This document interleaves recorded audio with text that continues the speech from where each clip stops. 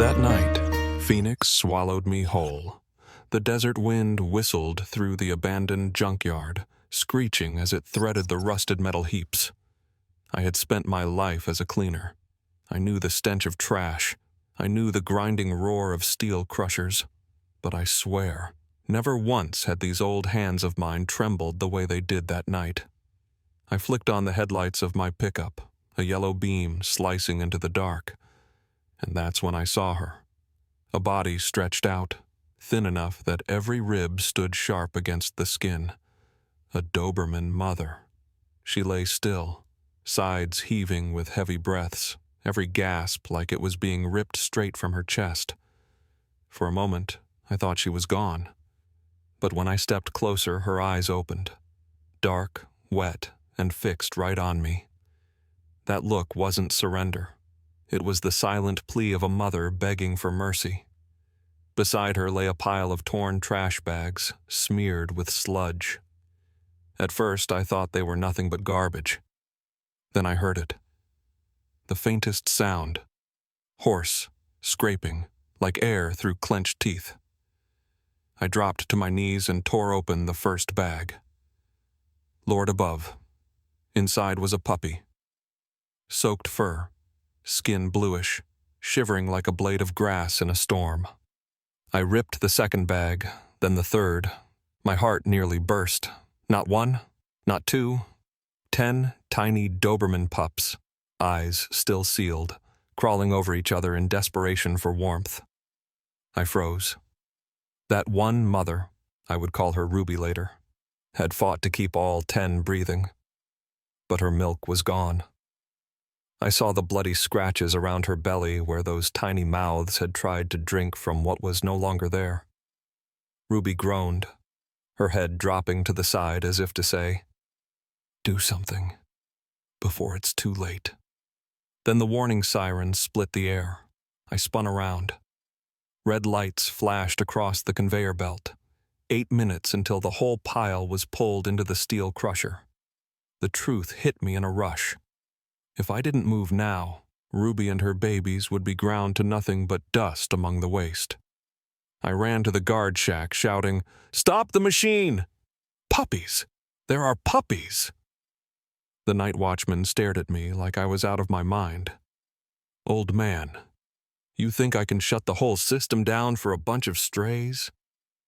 My hands shook as I grabbed my phone and dialed the 24/7 Desert Haven Clinic. A firm woman's voice answered, "This is Dr. Laura Kim." "What's the situation?" "A mother Doberman, exhausted. 10 newborns are hypothermic. We're at the dump. 8 minutes before the crusher starts." She didn't pause. "Listen to me carefully. No feeding under 97 degrees Fahrenheit. Warm them first. Use your coat. Use your own body heat. Keep them alive. I'll stay at the clinic. You have 15 minutes to get here." That last line cut straight through me. "I'll stay." I turned back. Ruby still clung to life, her 10 pups pressing into her as if she were their last thread of existence. I knew I couldn't waste another second. I bolted onto the conveyor and yanked the emergency lever. The metal shrieked. A bag slid forward, teetering at the crusher's mouth. I threw myself down and caught it. Inside was the smallest pup, so weightless I thought I was holding ashes. I bundled the whole litter inside my wool coat and pressed it to my chest. Ruby. I dragged onto a green tarp, hauling her to the truck. I cranked the heater full blast and drove like a madman through the night. My old hands slipped under the coat, rubbing each frozen body. A rasping cry broke the silence, then another. And I swore right then, if I could keep them crying, I would never stop driving, even if it meant tearing through the whole city. That night, under the blinking hazard lights, I understood one truth more deeply than ever before. Life doesn't wait. You either hold on to it, or you lose it forever. As my pickup roared out of the landfill, the city of Phoenix at night spread before me like a maze of sodium yellow lights and empty streets. I'd spent my whole life here. I thought I was used to it all. The desert heat that scorches your lungs, the dusty winds that own the night, the cold indifference of city people when a living soul lies dying by the roadside. But that night I realized I'd never been used to any of it. My name is Frank Hayes. I'm 67, widowed, living alone in a small wooden house on the outskirts. For 40 years, I worked night shifts as a sanitation worker, hauling away the trash no one wants to see. People looked right through me. Yet nothing had ever haunted me like what I'd just witnessed. A skeletal Doberman mother, unconscious in the garbage, with 10 tiny lives shivering beside her. Inside the truck, the heater blew hot air until it fogged the windshield. I pressed the 10 puppies against my chest, wrapped tight in my wool coat. Their bodies were cold as stone. I didn't dare imagine what would have happened if I'd been a few minutes later. Every weak hiss they made tightened my heart. Ruby, the mother, lay on a tarp in the back, breathing hard, her chest clenching like it was being squeezed. I clung to the vet's words in my head. No feeding while they're cold. Warm first. Get here within 15 minutes. Every second stretched out like an hour. The clinic I'd called was Desert Haven Animal Clinic, a small place downtown. On duty that night was Dr. Laura Kim, 39. I'd heard of her from folks in the local rescue circle, a Korean-American vet so dedicated she'd once slept on the clinic floor 3 nights in a row to watch over a rescued horse. I'd never met her, but from the steadiness in her voice on the phone, I knew I could trust her. She wasn't alone. There was also Jay Patel, 28, a vet tech known for volunteering with wildlife rescues. People said he'd once driven 4 hours across the desert just to bring a shot-up dog to an emergency center. I didn't know if that story was true, but I found myself hoping he'd be there tonight. My truck hurtled down the I-17. Dust gusted against the windshield, making the wipers screech.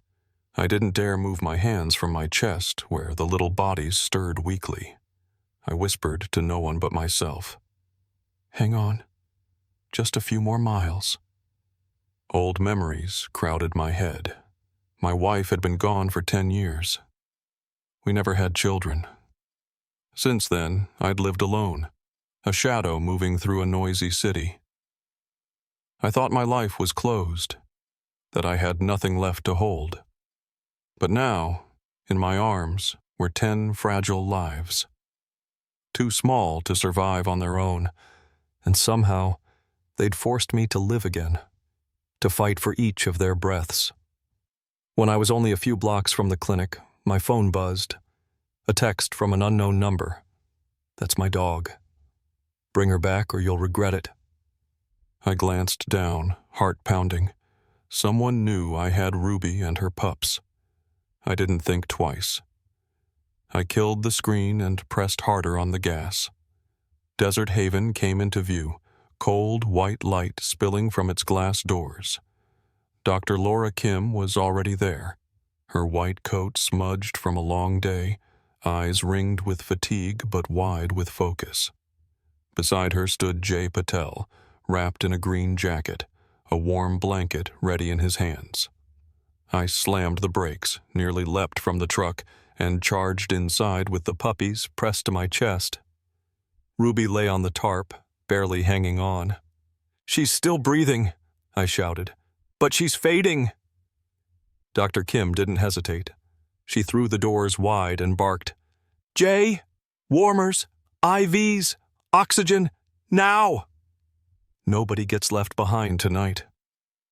I stood there, sweat soaking through my shirt, heart hammering against my ribs, and in that moment I knew the true journey of this night hadn't even begun. The clinic door slammed shut behind me, sealing off the world outside. But inside the air was just as tight, stretched thin like a string about to snap. Ruby lay motionless on the green tarp. I held the pups pressed to my chest, their scent of dried milk and faint blood mixing with the sharp sting of antiseptic. They trembled in my arms, each shiver weak and uneven, like leaves caught in a desert storm. Dr. Laura Kim didn't waste time on questions. She glanced once at Ruby, then turned to Jay, her voice hard as steel. "Warm first, feed later. Don't let their temperature drop a single degree. Jay, fire up the incubator. I'll handle oxygen and fluids." She turned back to me, eyes steady, her hands reaching for the trembling litter inside my coat. "How long have you kept them warm?"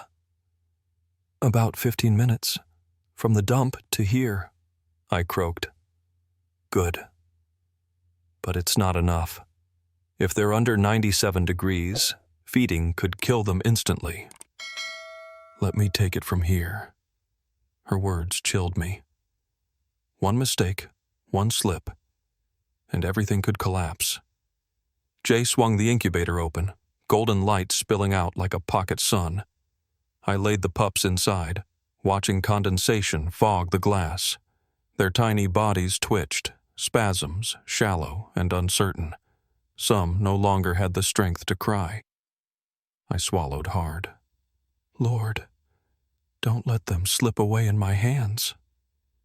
Ruby gave a hoarse moan, her legs jerking weakly but lifting nothing.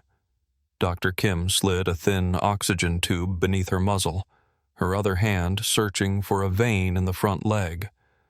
I saw her fingers tremble, but her eyes never faltered. "Veins are collapsed," she muttered. "Jay, warm saline, slow drip." "I'll try again." The monitor chirped once, a faint tick as it caught her rhythm. Numbers flickered, pulse far too low. Dr. Kim clenched her jaw, easing fluid into Ruby's frail body. I wanted to help, but my limbs hung heavy as iron. All I could do was stand there, listening to my heart hammer, listening to the soft patter of dust rain on the tin roof. Outside, Phoenix sank into darkness. Inside, the world had narrowed to the fractured breaths of one Doberman mother. Then the long beep split the air. I jumped. On the monitor, the line flattened. No, not like this," I gasped. Dr. Kim moved instantly. "Jay! Epinephrine! Now!" I froze, rooted in place, watching. She plunged the needle, pressed the plunger, then set her palm against Ruby's chest, pushing steadily, firm, without hesitation. "Ruby, listen to me. Not tonight. You've got 10 little ones waiting on you." My chest felt like it would burst. I no longer knew if I was just a witness or part of the fight itself. Each compression of Ruby's chest struck straight into mine. Then, a twitch. A tiny spike on the monitor. Tick. Then another. Slow, fragile, but there. I exhaled, as if I had been reborn with her. But relief didn't last. A pounding knock rattled the door. 3 hard raps. I turned. Through the frosted glass, a figure stood, tall, broad-shouldered. The streetlight cut across his face, half in shadow, half in glare. My stomach dropped. At that same moment, Dr. Kim's phone buzzed. She glanced at the screen, her face tightening. A message glowed. "That's my dog. Bring her back or you'll regret it." I looked again at the door. The figure hadn't moved. Ruby stirred, lifting her head, a low growl rumbling in her throat, her eyes blazing even as her body still shook. Jay whispered, "Someone knows Ruby's here. We need to lock everything down." Dr. Kim nodded. She yanked the curtain across the glass, her voice cutting through the room like a blade. "No one takes a life I've promised to save. No one."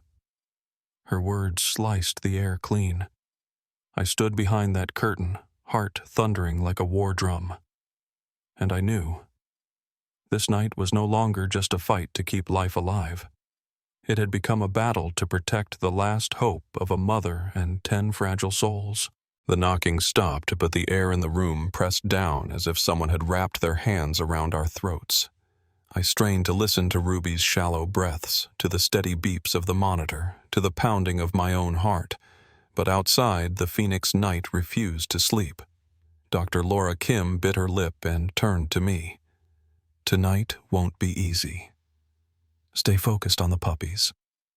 I'll keep Ruby alive. I nodded, though my hands still shook. Inside the incubator, the 10 little ones huddled close, breathing as faint as silk threads. Dr. Kim opened the medicine cabinet and pulled out a bottle of milky fluid. Milk replacer. Formula for newborn pups, but they're not warm enough yet. They can't feed. We have to keep heating them. Jay handed me a warmed towel. I cradled the litter close, their tiny tremors sinking straight into my body. I whispered, almost like a prayer. Hang on, little ones. Just get through this night. Ruby struggled to lift her head. Her eyes met mine, then drifted to her pups. In that look, I saw everything. Pain, exhaustion, and above all, a silent farewell, as if she were entrusting them to me. No, Ruby, I whispered back. You don't get to leave them. Not while I'm still here. Dr. Kim pressed her stethoscope to Ruby's chest, her brow furrowing. Heartbeat irregular. Fluids are going in, but her body's failing. We need more time. Will she make it? I asked.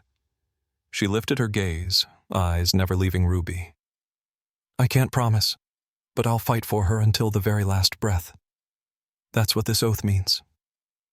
Her words caught in my throat.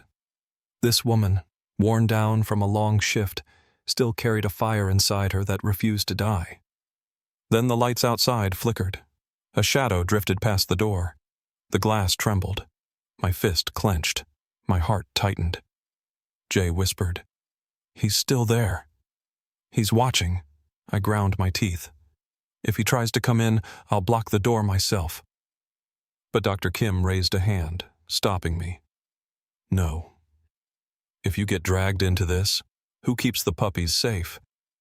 Let us call animal control. She dialed quickly, voice urgent. Suspicious male loitering outside Desert Haven Animal Clinic. We need immediate support. While we waited, she turned back to the litter.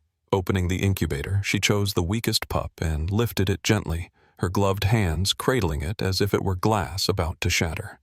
With a syringe, she dropped formula slowly into its mouth. The pup suckled faintly, then gagged. I held my breath. A droplet rolled down its neck. Then, a weak cry broke out. Yes. Good, she whispered, eyes bright with hope. But just as that fragile relief took hold, a crash shook the room. The front door rattled violently. Ruby growled, eyes blazing, ears pricked, every ounce of protective instinct surging despite her frailty. Jay shoved a metal cabinet against the door. The whole room shook. I threw my shoulder into it to help. Outside, a hoarse male voice bellowed, Don't waste your strength. That dog is mine. The pups too. I'm here to take them back. Open the door and I'll let you walk away. My blood boiled. I shouted back, my voice quivering but firm. You left them to die in the trash. You lost every right to them. Dr. Kim never looked up, still pushing fluids into Ruby's veins, but her voice cut through the chaos like a command. No one takes a life I've vowed to save. The pounding grew harder. The building shook. Sweat slid down my back. Ruby lurched forward, trying to rise, but Dr. Kim held her down. Easy, girl. We won't let him win. I glanced through the small window. The man outside held something glinting under the streetlight. A steel bar. And in that moment, I understood. Tonight's battle wasn't only about keeping Ruby breathing. It wasn't only about keeping 10 fragile lives alive. It was about holding on to what's right, about protecting the last shred of humanity left in a city drowning in shadows. Then, faint but rising, came the sound of sirens. Police, drawing closer, louder, hope swelling with each second. But the question clawed at me. Would we last until they got here? Would we survive until that door finally burst open? The pounding on the door came hard and fast, each blow landing like a hammer to my chest. The whole room shook. The incubator rocked, and the newborns let out weak, frightened squeals. I lunged forward and clamped the lid shut. Outside, the man's voice was raw and rough. "I'm taking back what's mine." "Those Dobermans are my money, hear me?" Ruby growled. Low, not loud, but it cut like a knife. Her legs trembled, but her eyes flared, fixed on the door as if she would protect her litter with her last breath. Dr. Laura Kim lowered her voice and spoke to me without taking her eyes off Ruby.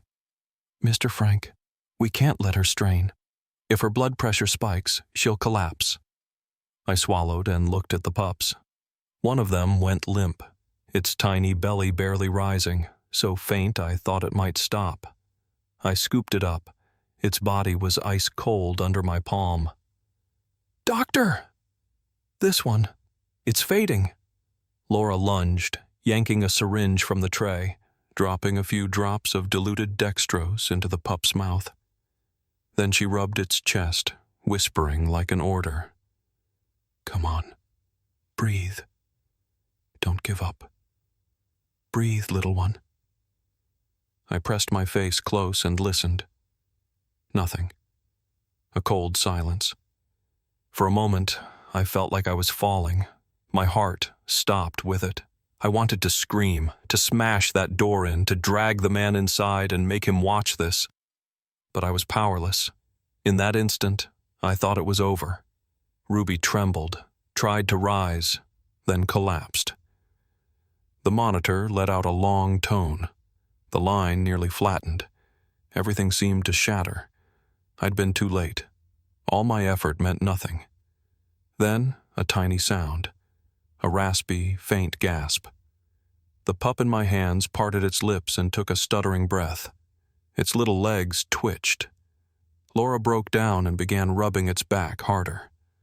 Like a small miracle, it gave another hoarse cry. Weak, but real enough to pull our hearts back from the edge. "It's alive!" Jay shouted. Ruby opened her eyes and turned her head toward the pup. In those eyes I saw a spark, dim but fierce. She strained, breathing hard, trying to look at her babies. Outside, the stranger kept hammering, screaming like a madman. "Open up! I'll break the door!" But then, faint at first, then louder, a police siren cut through the night.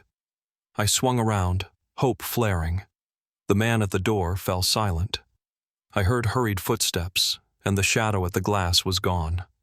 Tires squealed down the street. Laura exhaled as if lifting a weight. "The police are here. We've bought time." But the fight inside the room wasn't over. Ruby lay collapsed, her breathing shallow and uneven. The monitor climbed and dipped. The pups, even though they'd passed the worst of the cold, were still fragile as candles in a draft. I placed the tiny pup back into the incubator, tears slipping down my wrinkled cheeks. I bent low and whispered, "You must live. Your real parents left you. But from tonight on, you have us." Dr. Kim laid a hand on my shoulder, voice low and steady. "Mr. Frank, we haven't won yet, but we haven't lost. Hold on to hope. Ruby needs us to be as strong as she is." I nodded and squeezed my fist tight. In my eyes in that moment, Ruby was no longer just an exhausted dog. She was a warrior, a mother fighting the whole world to keep her young alive. And I swore to her I'd go to the end with her, whatever it cost. The police sirens tore through the Phoenix night, blue and red flashing across the clinic windows. I stood frozen, chest heaving like I'd just climbed a mountain. Ruby heard it too. Her ears lifted, her eyes sparked with a flicker of hope. But her breaths still came sharp and heavy, each one like a blade pressed against her throat. I laid my hand on her back and whispered, "Hold on, Ruby. Tonight, you're not alone anymore." Boots struck the pavement outside. A firm police voice called out, "Phoenix PD!" What's happening in there? Then came a shout, guttural and unmistakable. "That dog is mine! I'm here to take back my pups." I shuddered. He hadn't run. He was still out there, bold, reckless, shameless. Dr. Laura Kim gripped Ruby's paw, murmuring, "Let me handle this." "Mr. Frank, keep the puppies close. Don't let them panic." I clutched the litter to my chest, their weak cries rising. In that moment I knew, if we lost tonight, all 10 of these fragile lives would be dragged back into hell. The door swung open. 2 officers stepped inside, hands on their holsters. Behind them, the man emerged. Derek Cole. His face was hollow, his beard matted, his eyes wild like a predator. He jabbed a finger toward Ruby. "She's mine. She whelped that litter in my yard. You've got no right to keep them. Dr. Kim planted herself between him and the dogs." Her voice hard as tempered steel. "You abandoned them in the trash. You lost every right the moment you did that." One officer stepped forward. "Do you have any proof?" My hands shook as I pulled out my phone, opening the video I'd recorded. The headlights lit it clear, Ruby limp in the garbage, 10 newborns turning blue in plastic bags. I thrust the screen toward them, my voice cracking. "Here! This is the truth. He threw them away like garbage." The officer's face hardened. He turned to Derek. "We've also received reports. Illegal kennels, dog fighting. Your name is in the files. You want to explain that?" Derek's jaw twitched. He shouted, "They're mine! I have the right!" Then he lunged, steel bar in hand. It all happened in a single breath. I threw myself in front of the puppies. Ruby, though broken, surged up with a roar and launched forward. She collapsed after only 2 steps, but the sound was enough. The officers drew, shouting, "Freeze!" The metal bar clattered to the floor. Handcuffs snapped shut around his wrists. Derek cursed and thrashed, but the flashing lights carved across his face, exposing every pathetic line. Ruby panted, collapsing at my feet. I dropped to my knees and cradled her head. She lifted her eyes to mine. Not pleading now, but peaceful. She knew. The nightmare that had haunted her was over. Dr. Kim touched my shoulder and nodded. We protected them. As the sirens faded into the distance, other sounds filled the room. The steady squeaks of the pups in the incubator, the monitor beeping stronger, Ruby's sigh of relief. The whole room felt freed from an invisible grip. One officer turned to me. "You're the one who saved them?"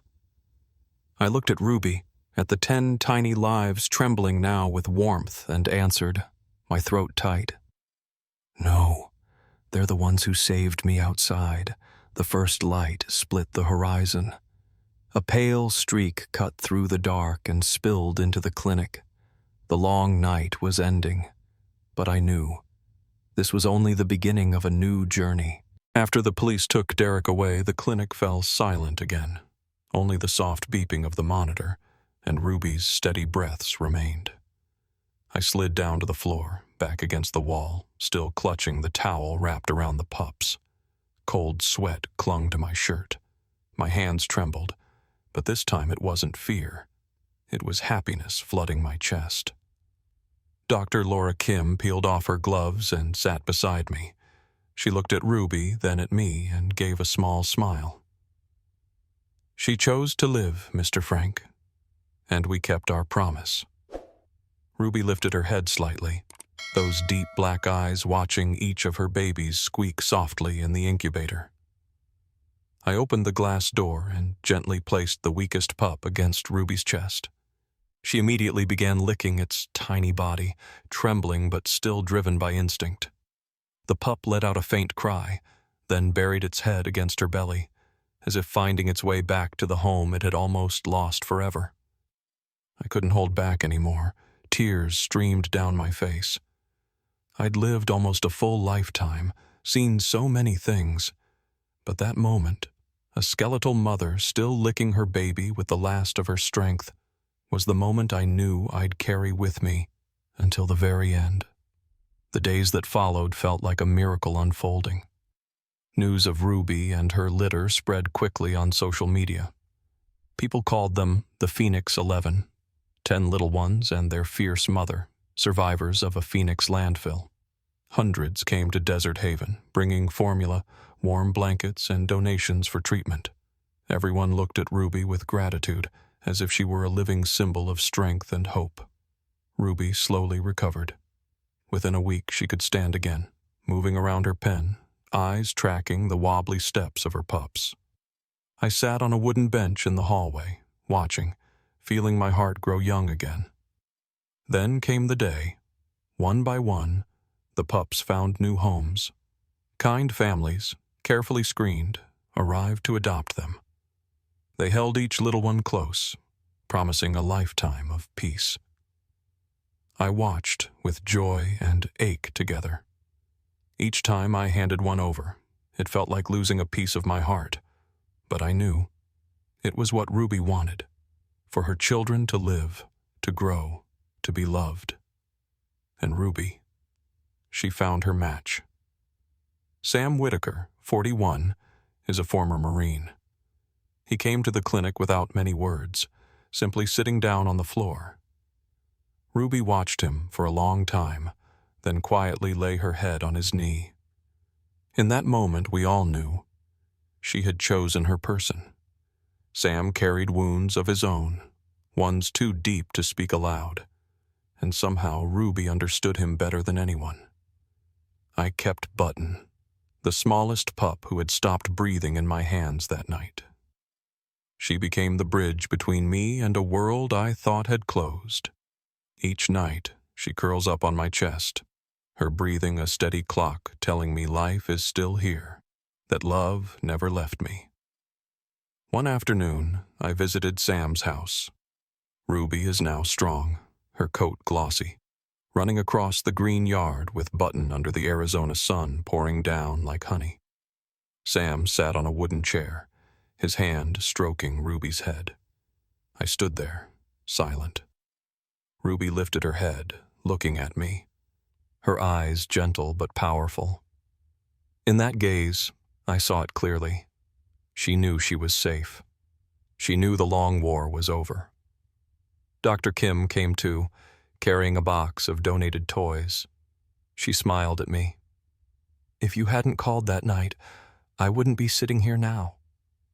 I shook my head, voice breaking. "If you hadn't stayed, everything would have been lost." We stood in silence, watching Ruby and Button play on the grass. And for the first time in years, I felt peace settle inside me. That night at the landfill, I thought I was only saving a litter of dogs. But really, they were saving me, pulling me out of emptiness, teaching me that compassion never runs dry as long as we dare to reach out. If you ask me what lingers after all this, I'd tell you. The image of Ruby licking her smallest pup through ragged breaths, whispering to the world, "This love cannot be crushed." Maybe you're sitting at your screen right now and your heart is trembling the way mine did that night. When I held Ruby and her 10 babies to my chest, I thought, 1 minute later, and they'd all be gone. But no, we held on. We chose to save. And now I want to whisper to you, have you ever saved a life? Maybe a kitten trembling by the roadside, a fallen bird from its nest, or a moment when you reached out just in time. Tell me your story. Tell us all. Because those small acts, they are the fire that keeps our compassion from going out. I'm truly grateful you stayed, listening to this story to the very end. Thank you for letting your heart move, for shedding a tear for Ruby and her pups. If you see a piece of your own heart in this, click subscribe, not as a favor, but as a quiet promise that together we'll keep reaching out, keep holding on to fragile lives. Because sometimes Just one hand reaching out at the right moment can save an entire world. And who knows, next time, the hero of the story might be you.